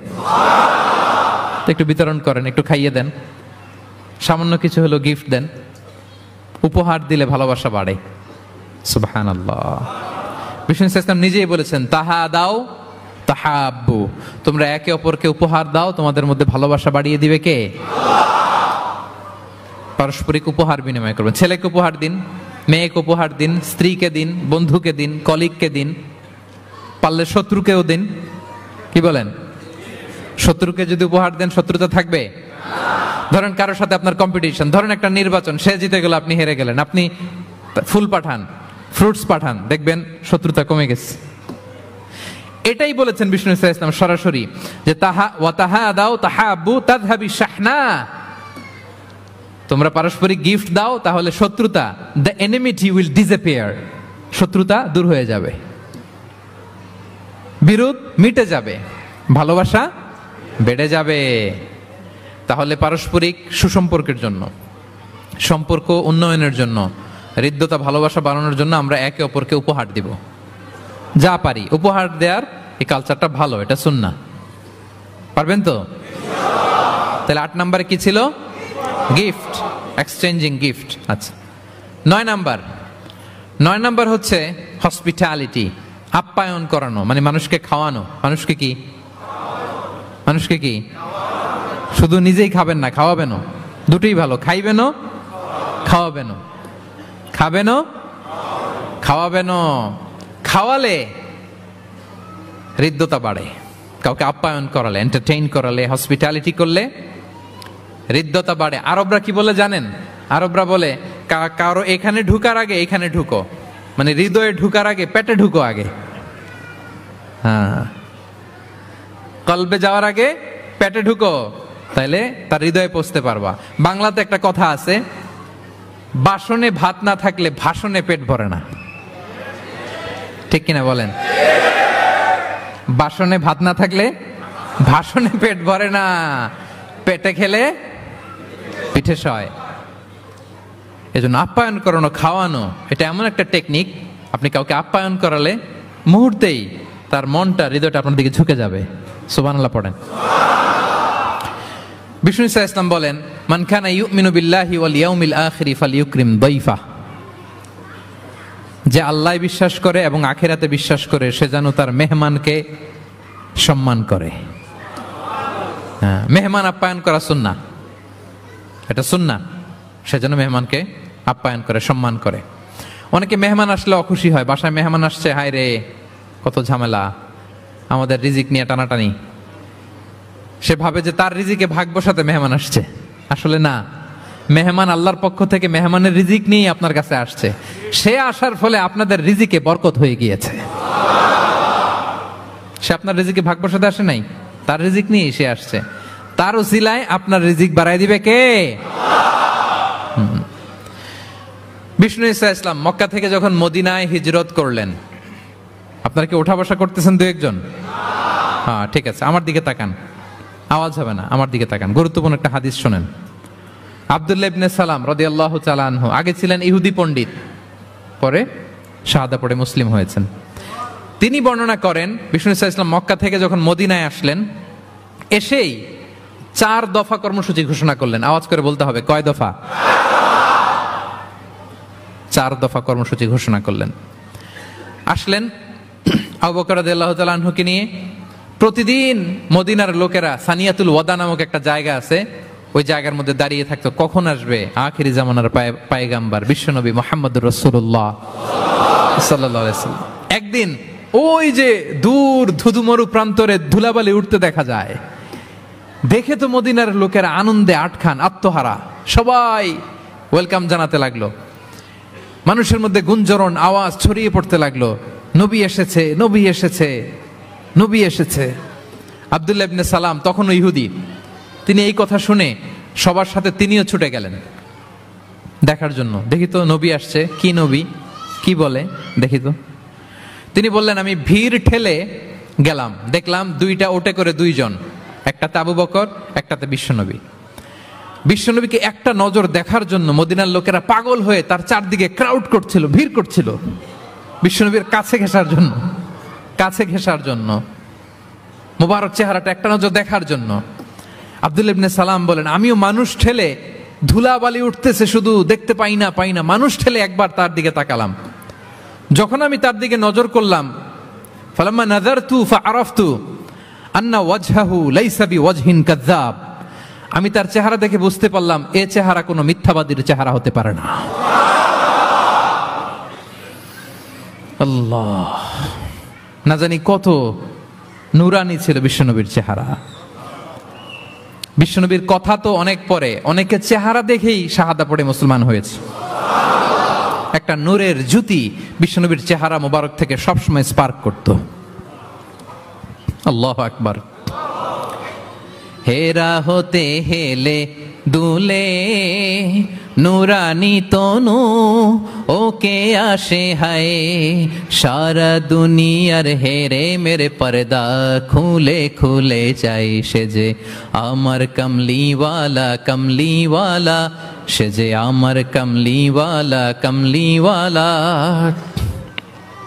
তার ভাবে বিভোল রাঙ্গা পায়ের তলে, পর্বত জঙ্গম টল মল টলে, তার ভাবে বিভোল রাঙ্গা পায়ের তলে, পর্বত জঙ্গম টল মল টলে। খুরমা খেজুর বাদাম জাফরানি ফুল ঝরে ঝরে যায় সে যে আমার কমলিওয়ালা কমলিওয়ালা, সে যে আমার হেরা হতে হেলে দুলে নুরানি তনু ওকে আসে হায়, সারা দুনিয়ার হেরে মেরে পর্দা খুলে খুলে যাই সে যে আমার কমলিওয়ালা কমলিওয়ালা, সে যে আমার কমলিওয়ালা কমলিওয়ালা। আল্লাহু আকবার পড়েন। ফালাম্মা নাযারতু ইলা ওয়াজহিহি আরাফতু আন্না ওয়াজহাহু লাইসা বিওয়াজহিন কাযাব। আব্দুল্লাহ ইবনে সালাম বলেন, মানুষের ভিড় ঠেলে আমি যখন বিশ্বনবীর চেহারাটা দেখলাম, আমার মন বলে দিল এ চেহারা কোনো মিথ্যাবাদীর চেহারা হতে পারে। বিশ্বনবী মানুষের ভিড় দেখে ছোট্ট একটা ভাষণ দিলেন। তিনি বললেন, আইয়ুহান নাস, ওহে মানব সকল। 4 দফা কর্মসূচির ঘোষণা। তিনি বললেন, আইয়ুহান নাস আফশুস সালাম, বেশি বেশি সালাম দাও। ওয়া আতঈমুত তাআম, বেশি বেশি মানুষকে খাবার খাওয়াও। ওয়াসিলুল আরহাম, আত্মীয়তার বন্ধনকে অটুট রাখো। ওয়াসাল্লু বিল লাইলি ওয়ান নাসু নিয়াম, মানুষ যখন ঘুমিয়ে থাকে রাত জেগে সালাত পড়ো। তাদখুলুল জান্নাতা বিসালাম, তাহলে সহজে শান্তিতে আল্লাহর জান্নাতে ঢুকে যাবে। তাহলে মদিনায় যেই বিশ্বনবী যে 4 দফা কর্মসূচির ঘোষণা দিলেন, এর মধ্যে খাওয়ানোর কথা আছে না নাই? আতঈমুত তাআম, খাবার খাওয়াও। একটা দেশে যখন খাদ্য সংকট হয়, ওই দেশের আর কোনো স্টেবিলিটি থাকে না, এটা একটা অকার্যকর রাষ্ট্রে পরিণত হয়, ঠিক কিনা বলেন? বিশ্বনবী মদিনায় যেই খাদ্যের সংকট দূর করে দিলেন। ধনীদেরকে বললেন, খাওয়াও, মানুষকে খাবার খাওয়াও। হসপিটালিটি, আপ্যায়ন করা, এন্টারটেইন করা, এটা যদি করেন তাহলে নিজেদের মধ্যে হৃদ্যতা বাড়বে, ভালোবাসা বাড়বে। আলহামদুলিল্লাহ, পৃথিবীর সব নবীরা মেহমানকে রেসপেক্ট করতেন, আপ্যায়ন করাতেন। বিষ্ণু ইসা ইসলাম মক্কা এমন কোন লোক ছিল না বিশ্বনবীর হাতের রান্না খায় নাই। নবী হওয়ার আগ থেকেই, নবী হওয়ার পরে তো মেহমানদের আরো বাড়াই দিচ্ছেন। টার্গেট করে করে, দাওয়াতি টার্গেট করে করে বিশ্বনবী 2 জন 4 জনকে খাওয়াতেন। আল্লাহু আকবার। ইব্রাহিম আলাইহিস সালাম মেহমান ছাড়া কখনো খাবারই খেতেন না। ওনার দ্বিতীয় ছেলে যখন দুনিয়ায় আসবে ইসহাক আলাইহিস সালাম, তার সুসংবাদ নিয়ে যখন ফেরেশতারা আসছিল, উনি একটা আস্ত গরুর বাছুর ভুনা করে ফেরেশতাদের সামনে হাজির করেছিলেন। আনজা আবি ইজলিন হানিজ, কোরআনে এসেছে কাবাব করা ভুনা গরুর বাচ্চা। আল্লাহু আকবার। কারণ তিনি তখন বুঝতে পারেন না যেটা ফেরেশতা, মানুষের সূরাতে এসেছিল তো, দিলেন, প্রেজেন্ট করলেন একটা আস্ত গরুর বাছুর কাবাব করা। আল্লাহু আকবার। তাহলে সম্পর্ক বিল্ড আপ করার 9 নম্বর পদ্ধতি কি ছিল? হ্যাঁ, মেহমানদারি, আপ্যায়ন, হসপিটালিটি। মনে থাকবে? ইনশাল্লাহ নাই এবার, ডবল ইনশাআল্লাহ। মাশাআল্লাহ। আমার ক্যাপটাউনের ভাইরা তো আলহামদুলিল্লাহ, আল্লাহ তাআলা অনেক সমৃদ্ধি দিয়েছে, আরো দেখ। কৃপণতা করবেন না, কৃপণদের আল্লাহ পছন্দ করে না, কৃপণদের আল্লাহ পছন্দ করে না। হাত উজাড় করে দিবেন, উপর থেকে উজাড় করে আপনাকে দিবে কে? হসপিটালিটি, মেহমানদারি করা হৃদ্যতা বাড়ায়। কয়টা গেল? বাকি রইল কয়টা? 10 নম্বর। 10 নম্বর হচ্ছে রিকনসিলিয়েশন, সেটেলমেন্ট, মিলিয়ে দেয়া, যেটা দিয়ে আয়াত শুরু করেছি। দুইজন ঝগড়া লাগছে, দূর থেকে লাগাই দিব আমরা নাকি? অনেকে কিন্তু দূর থেকে মজা নেয়, ওই যে এটা লাগছে দুইটা আরো লাগুক, আরেকটু হাতাহাতি, ঘুষাঘুষি, কিলাকিলি, মারামারি, মামলা হামলা, আছে না নাই? দূর থেকে অনেকে কি নেয়? মজা নেয়। এটা মুনাফিকের আলামত, এটা করবেন না। বরং আপনি মিলিয়ে দেওয়ার চেষ্টা করবেন। কয়েকটা জায়গায় মিথ্যা বলাও জায়েজ আছে, এর মধ্যে একটা হচ্ছে মিলায়া দেয়া। একদিন বললেন, ভাই উনি তো আপনার ব্যাপারে খুব চমৎকার একটা কথা বললো। আমার ব্যাপারে? এই লোক কি বলছে, কি বলেন তো, কি বললো কি বললো? তখন আপনি বললেন, আরে এই তো উনি তো বলতেছে আপনি নাকি এরকম খুব ভালো, এই সেই। সে তো খুশিতে বাকবাকু, বাহ, আমি তো এতদিন এটারে খারাপ মনে করছিলাম। এত ঝগড়াঝাটি, বাইরে বাইরে আমার প্রশংসা করে, আলহামদুলিল্লাহ ভালো, দেখি কি হয়। ওরে যে আবার একদিন বললেন, আরে ভাই ওনার সাথে দেখা, কথা প্রসঙ্গ তো আপনার ব্যাপারে বলতে যে বললো আপনি নাকি এরকম করছিলেন, ভালো একটা কাজ। সে অবাক হয়ে যাবে, দেখবেন যে এরপরে দুইজনের যখন রাস্তায় দেখা হয়ে গেছে, একে অপরকে সালাম দিয়ে ফেলতেছে, হ্যাঁ, মুসাফা করে ফেলতেছে, কথা বলতেছে, কোন একটা ইস্যু ধরে তারা মিলে যাওয়ার চেষ্টা করতেছে। কারণ দুইজনের মধ্যে হৃদ্যতা আগে থেকেই তো, হৃদয়টা কোল ডাউন হয়ে আছে, ঠিক কিনা বলেন? আর এই মধ্যস্থতা করেছেন কে? আপনি আপনি আপনি মধ্যস্থতা করছেন। রিকনসিলিয়েশন, মিলায়ে দিবেন। তাহলে ঝগড়া লাগলে আজকে থেকে আমরা কি করব? মিলায়ে দিব, সেটেলমেন্ট করে দিব। আল্লাহ বলেন, ফাত্তাকুল্লাহ ওয়া আসলিহু যাতা বাইনিকুম, আল্লাহরে ভয় করো আর নিজেদের মধ্যে বিবাদ বিরোধ হলে এটার উস্কে দিও না, মিলিয়ে দাও। কি করো? মিলিয়ে দাও। একটা অত্যন্ত জরুরি হাদিস বলছি, মনোযোগ দিয়ে শুনো, এটা বলে শেষ করব। বিষ্ণু ইসলাম একবার সাহাবাদেরকে বলেন, আলা উখবিরুকুম বিআফদাল মিন দারাজাতি সিয়ামি ওয়াস সালাতি ওয়াস সাদাকা। সাহাবাদেরকে বলেন, ও সাহাবারা, নামাজের চেয়েও, রোজার চেয়েও, দান খয়রাতের চেয়েও একটা বড় ইবাদত আছে, এটা কি আমি কি তোমাদের বলবো না? সাহাবারা তো অবাক, নামাজের চেয়েও বড় ইবাদত, রোজার চেয়েও বড়, দানের চেয়েও বড়। ক্বালু বালা ইয়া রাসূলুল্লাহ। সাহাবারা বললেন, অবশ্যই হে নবী, হ্যাঁ আপনি বলেন সেটা কি? বিষ্ণু ইসলাম বললেন, ইসলাহু যাতিল বাইন, বিবাদমান দুই গ্রুপকে মাঝখান দিয়ে যে মিলিয়ে দেয়া। নামাজের চেয়েও বড়, রোজার চেয়েও, সাদাকার চেয়েও বড়, মিলায়া দেওয়া। আমরা মনে করি সেজদা দিতে দিতে কপালে দাগ ফেলে দিছি, এটাই তো বড় ইবাদত। এটা তো নিঃসন্দেহে বড় ইবাদত। আমরা মনে করি হজ করতে করতে শেষ করে ফেলতেছি, এটাই বড় ইবাদত। জিকির করতে করতে আমরা দিনরাত এক করে ফেলতেছি, এগুলো তো নিঃসন্দেহে ইবাদত। কিন্তু দুই ভাই বিবাদমান দুই গ্রুপের মধ্যে আপনি যদি মিলিয়ে দেন, এগুলো নফল রোজা, নফল দান, নফল সালাতের চেয়ে বেশি সওয়াবের কাজ। পড়েন সুবহানাল্লাহ। তাহলে এখন পকেটে পকেটে যদি দুই গ্রুপকে লাগতে দেখেন, কি করবেন? পারা যাবে? এদিকে 2-4 জন উঠছেন কেন আপনারা? আমি কি এখনো উঠছি? ওয়াশরুমে যাবে না? আর 2 মিনিট বসেন, বসেন। তাহলে বিবাদমান দুই পক্ষকে মিলিয়ে দেয়া অনেক বড় সওয়াবের কাজ। এবং বিষ্ণু ইসা ইসলাম নিজে এই কাজটা করতেন, আমার ক্যাপ্টেনের ভাইয়েরা মিলিয়ে দিতেন। সেই বুখারীতে একটা বাব আছে, বাবু কওলিল ইমাম ইযহাবু বিনা নুসলিহ বাইনাহুম। বিষ্ণু ইসা ইসলাম ঝগড়া দেখলেই বলতেন ইযহাবু বিনা, আমাকে নিয়ে যাও, নুসলিহ বাইনাহুম, আমি মিলিয়ে দেব। কোবাপল্লীতে একবার দুই সাহাবীদের গ্রুপ ঝগড়া লাগছে, দুই সাহাবীদের গ্রুপ ঝগড়া লাগছে কোবাপল্লীতে। বিষ্ণু ইসা ইসলাম বললেন কোথায় ঝগড়া? কয় কোবায়। বিষ্ণু বললেন ইযহাবু বিনা, ঝামেলা কি, আমারে নিয়ে যাও, নুসলিহ বাইনাহুম, আমি মিলাই দিব। সুবহানাল্লাহ। হি ওয়াজ এ ভেরি গুড মিডিয়েটর, মধ্যস্থতা করতেন পারতেন চমৎকার বিশ্বনবী। বিবাদমান দুই পক্ষকে মিলিয়ে দিতেন। আউস খাজরাজের 100 বছরের যুদ্ধ বিশ্বনবী মিলাই দিয়েছেন। সুবহানাল্লাহ পড়েন।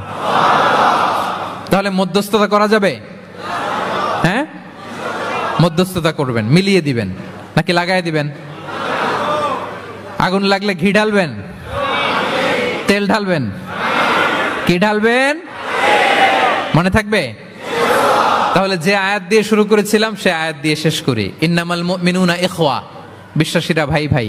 ফাসলিহু বাইনা আখাওয়াইকুম, এই ভ্রাতৃত্বের মধ্যে বিবাদ হলে কি করো? মিলিয়ে দাও, কারণ তোমরা হচ্ছে ইখওয়াতুন ফিদ্দিন, দিনী ভাই। আর দিনী ভাইয়েরা এক দেহ এক প্রাণ, এক দেহ। ফাত্তাকুল্লাহ, আল্লাহকে ভয় করো। লাআল্লাকুম তুরহামুন, রহমতের বারিধারা নাজিল করবে কে? তাহলে সম্মানিত সুধী, আমাদের এই ভেঙে যাওয়া ভঙ্গুর সম্পর্কগুলোকে যেন আমরা জোড়া লাগাই। আমাদের পারস্পরিক হৃদ্যতা, ভালোবাসা, এগুলো বাড়ানোর জন্য ইসলামের দেয়া যে 10টা ফর্মুলা আজকে বলেছি, এগুলো যেন আমরা আমল করি। পারা যাবে? দেখি কয়জনের মনে আছে। 1 নাম্বার কি ছিল? 2 নাম্বার মুচকি হাসি, 3 number welcome, 4 number appreciation, 5 number শুভকামনা, ওয়েল উইশিং, 6 নাম্বার বিপদে সাহায্য করা, to help in danger, 7 number অসুস্থকে দেখতে যাও, visiting sick, 8 number exchanging gift উপহার দেয়া, 9 নাম্বার হসপিটালিটি মানে মেহমানদারি, 10 নাম্বার লাগিয়ে দেওয়া। মনে থাকবে? কয়দিন? সারা জীবন। আল্লাহ তাআলা আমাদের সম্পর্কগুলোকে মজবুত করুক, আমাদের মধ্যে হৃদ্যতা বাড়িয়ে দিক, ভালোবাসা বাড়িয়ে দিক। গোটা বিশ্বের মুসলিমদেরকে এক দেহ এক প্রাণ হিসেবে আল্লাহ কবুল করুক। আমার বাংলাদেশের উপর আল্লাহ খাস রহমত নাজিল করুক। আপনারা যারা এসেছেন সবাইকে আল্লাহ তাআলা ঈমানের উপর অবিচল রাখুক, তার স্পেশাল রহমতের চাদরে আবৃত রাখুক। আমার বোনদেরকে আল্লাহ তাআলা খাদিজার মতো, ফাতেমা রাদিয়াল্লাহু তাআলা আনহার মতো কবুল করুক। পড়ি আমিন। আপনারা আমার জন্য খাস করে দোয়া করবেন, আমিও আপনাদের জন্য দোয়া করি। হাযা মা ইনদি ওয়াল ইলমু ইনদাল্লাহ আলাইহি তাওয়াক্কালতু ওয়া ইলাইহি উনীব। আসসালামু আলাইকুম ওয়া রাহমাতুল্লাহি তাআলা ওয়া বারাকাতুহু।